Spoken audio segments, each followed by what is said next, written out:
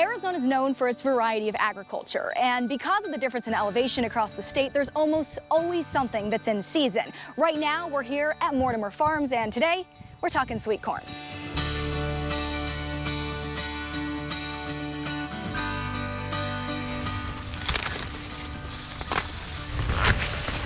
Arizona sweet corn. To get that perfect buttery cob on our plate each summer and fall, it all begins months earlier. We plan all winter long, get the fields ready, test the soil, decide where we're gonna plant each crop that's gonna be the most productive area and have the best yield and have the best crop.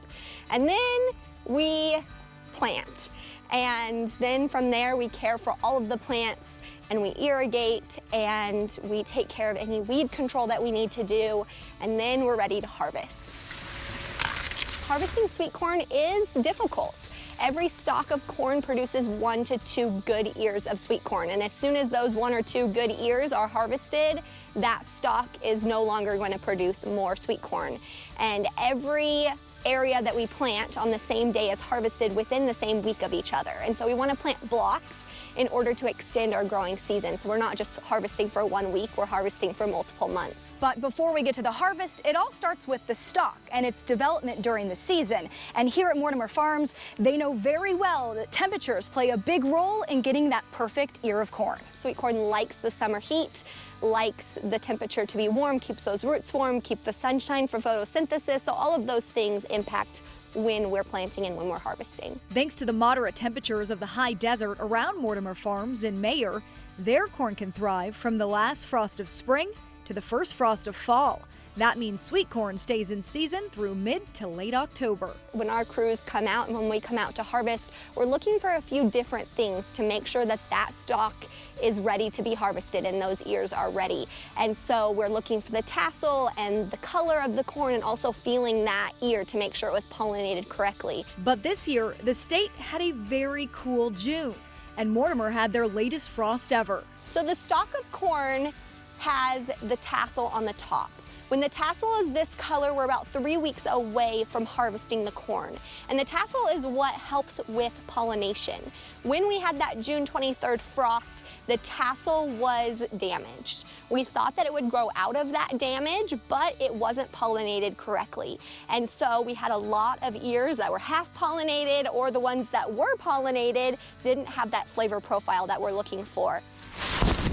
That meant their yield this year was lower and later than usual. So what exactly does it mean to be pollinated correctly? If you've ever shucked corn, you know how tedious the cleaning process can be.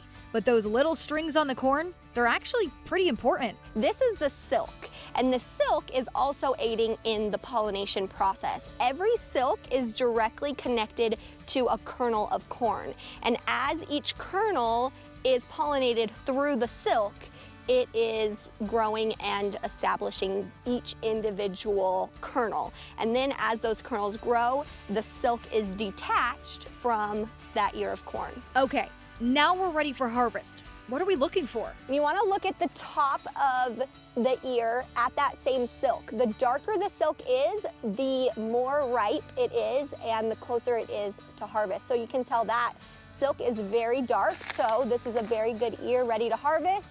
You can also feel the ear and see if it's been adequately pollinated. Yeah, so it's very full. The top of it isn't as full as I'd like to see if it went all the way to the top. So it'll be interesting to see a little bit of.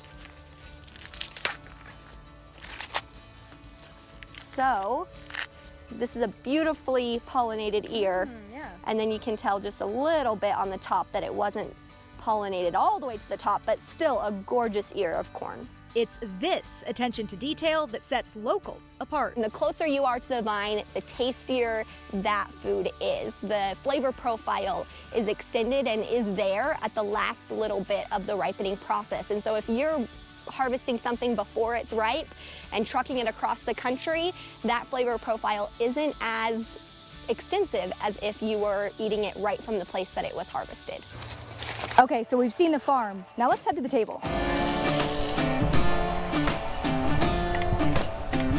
So we've seen how the corn is harvested, but if you buy the corn, how do you prepare it? We're here with Brett Vibber from Mortimer Farms. And Brett, what are we making today? Because it already looks very exciting. Obviously we're focusing on sweet corn, but we want to focus on a bunch of the other cool stuff that the farm has in season right now as well. So we have some of the Mortimer's pork, onions, cilantro, roasted green chilies, sunflowers. Excellent. So the idea here is that corn is going to be kind of the topping for the pork? Yes. Excellent. Okay, so take it away and do your thing. Show us what you're doing. Well, first, since it takes the longest, I'm gonna season the pork and season my pan. Got a nice cast iron hot. I always tell people, you're seasoning the whole piece of meat, not just the very top. So what you think you would just be seasoning on the top, really you have all that volume to add to it. So both sides, of course, evenly. Some fresh cracked pepper. So now these have come up to room temperature, which is a nice tip for people cooking meat, is don't take it right out of the fridge, right onto something hot. It's like jumping into a really cold swimming pool. Yeah. Your body feels that. While the pork's cooking, I'm gonna put together a little relish to put on top of it, celebrate all things sweet corn. Okay. I'll just get a little oil to coat it. And just a little salt and pepper up and down. And how long will the corn roast for? Probably 30 seconds. Quick to roast it, okay. Give it a couple turns? Yep. Got it. Yeah, maybe 2 turns, 3 sides. And the pork is a few minutes on each side, or how does that? Yeah, I was just checking this one a little bit. As soon as I start to see color, I want good color, not just the beginning of the color, a nice crusty outside. The color is the flavor, right? Yes, the sear, the caramelization. So we get a little bit of color coming on the corn. When like that caramelization on it, you're bringing the sugars out, and that's where the natural flavor is in the corn. So check this pork, we're starting to get some nice color here. Give it a flip, so that was about 3 minutes on one side, and we'll give it another 3 minutes on this side. And then the idea is to let that meat rest and cool down. I firmly believe that it's the best for your body and the environment to eat with the season. What's in season. And there's so many options in Arizona year round. Right, I mean, you've got one of the biggest geographical diversities in America, and so we have all different growing seasons, longer growing seasons, shorter growing seasons, traditional, non-traditional, just things being grown all the time in Arizona. So you're slicing the corn off the cob, Yep. and that's going to go in the relish? Yep, it's that time of the year where there's an abundance on the farm. So I just want all those different fall flavors of Arizona in this dish.